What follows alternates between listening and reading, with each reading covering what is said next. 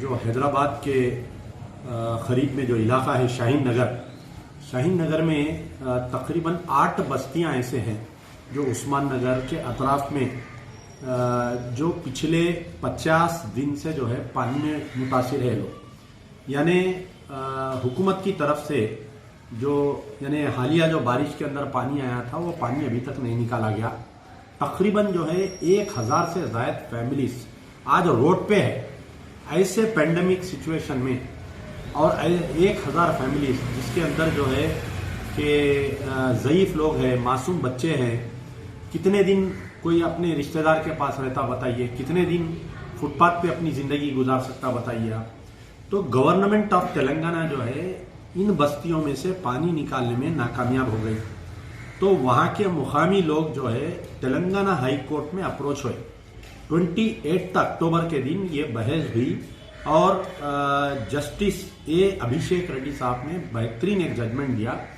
उस जजमेंट में ये कहा कि ये पानी निकाला जाए और दूसरी तरफ जो है कि इस बस्ती में जो वाटर बोर्न डिजीजेस नहीं फैले वैसा प्रिकॉशन लेना, और 4 नवंबर 2020 से पहले जो है आके हाई कोर्ट को रिपोर्ट करो बोल के ये एक जजमेंट दिए। 4 अक्टूबर के दिन अदालत में गवर्नमेंट ऑफ तेलंगाना की तरफ से chief secretary, principal secretary, collector Rangareddy और म्युनिसिपल कमिश्नर जलपल्ली आकर ये कहते हैं कि हमने पानी निकालने की कार्रवाई चालू कर दी है और तकरीबन निकाल दिया गया है। यानी अदालत को हुकूमत झूठ बोल रही है। यहां पर ऐसा ही एक फैसला जो है Telangana state human rights commission का भी आया था कि 2 दिन के अंदर कलेक्टर रंगारेड्डी उस मुकाम पर जाकर पानी निकालना चाहिए।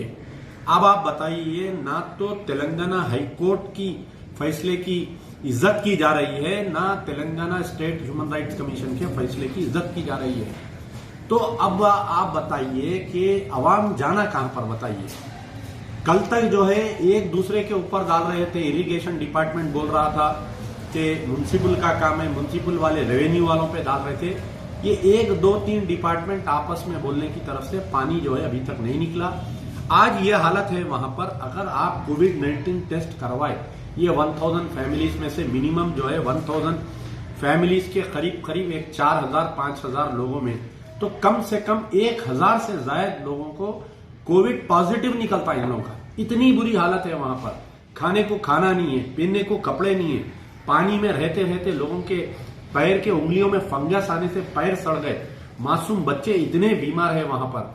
तो हमारा मुतालिबा है कि कोर्ट जब तक तेलंगाना हाई कोर्ट जब तक सख्त डिसीजन नहीं लिया, कोई म्युनिसिपल कमिश्नर या रंगारेड्डी कलेक्टर या आपके प्रिंसिपल सेक्रेटरी MNUD को सस्पेंड नहीं करता कोर्ट, जब तक वहां पर एक्शन होने वाला नहीं है। और बड़े अफसोस की बात है कि हमारे MNUD मिनिस्टर KT रामाराव साहब का खुद उनका डिपार्टमेंट है, पिछले 50 दिन में एक मर्तबा भी KT रामाराव साहब वहां का दौरा नहीं किए। और TRS की जो वुमेन MLA है वो खुद एक मिनिस्टर है। अब आप बताइए कि एक वुमेन मिनिस्टर जो वुमेन का रिप्रेजेंटेशन कर रही है तेलंगाना के कैबिनेट में, अपने हल्के के खवातीन की तहफ्फुज करने में नाकामयाब हो गए। वहां पर मेंबर ऑफ पार्लियामेंट जो है डॉक्टर रंजीत रेड्डी एक मर्तबा अभी तक वहां पर स्पॉट पे नहीं आए। और एक बात यह है कि वहां की जो म्युनिसिपल पे जो कब्जा है वहां पर AIMIM पार्टी का वहां पर चेयरमैन है, और असदुद्दीन ओवैसी, अकबरुद्दीन ओवैसी बहुत मुसलमानों की हमदर्दी के बातें करते हैं। बिहार जाके सीमांचल की बदहाली की गुफ्तगू करते हैं और नरेंद्र मोदी के और नीतीश कुमार को चैलेंज करते हैं, RJD पार्टी को चैलेंज। लेकिन छोटा सीमांचल से बदतर हालत आज उस्मान नगर की हुई है। तो सदर मोहतरम असदुद्दीन ओवैसी एक मर्तबा भी वहां का दौरा नहीं किए, अकबरुद्दीन ओवैसी दौरा नहीं किए। आई डिमांड, मैं रिक्वेस्ट कर सकता हूं कि हमारे chief justice of Telangana high court और हमारे अभिषेक रेड्डी साहब से कि जब तक एक बड़े ऑफिशियल को आप सस्पेंड नहीं करेंगे, ये क्रिमिनल नेग्लिजेंस है। ये क्रिमिनल नेग्लिजेंस के ऊपर एक केस बना के इनको अरेस्ट नहीं करेंगे, वहां का पानी नहीं निकलने वाला है। 1000 फैमिलीज रोड पर है, इनकी जिंदगी। The court should come to the rescue of this woman.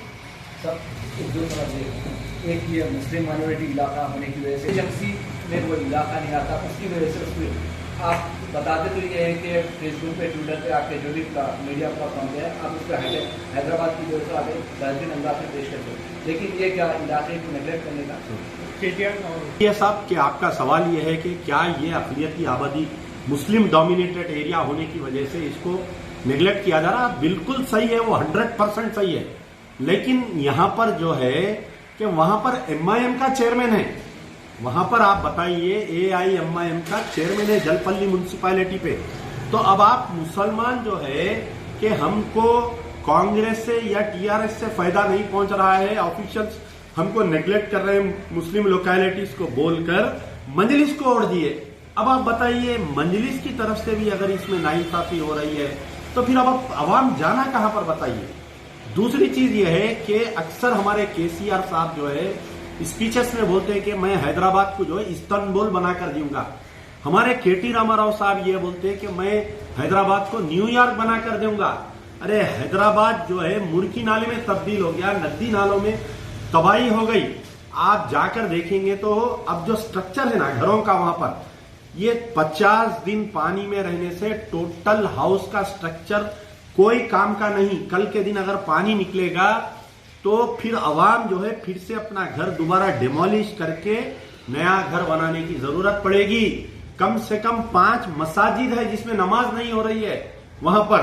तो इसका नोट लेना चाहिए हाई कोर्ट को, नोट लेके जब तक हाई कोर्ट की तरफ से एक बड़े ऑफिसर या तो रंगारेड्डी कलेक्टर या कमिश्नर जलपल्ली या प्रिंसिपल सेक्रेटरी MNUD या प्रिंसिपल सेक्रेटरी इरिगेशन या चीफ सेक्रेटरी इनके ऊपर ये नेग्लिजेंस ऑफ गवर्नमेंट ड्यूटी है, उसके ऊपर केस बुक करते हुए इनको गिरफ्तार करना चाहिए और पूरे 1000 फैमिलीज को कम से कम 5 लाख रुपए का एग्रेशिया देना चाहिए। ये गवर्नमेंट का नेग्लिजेंस है।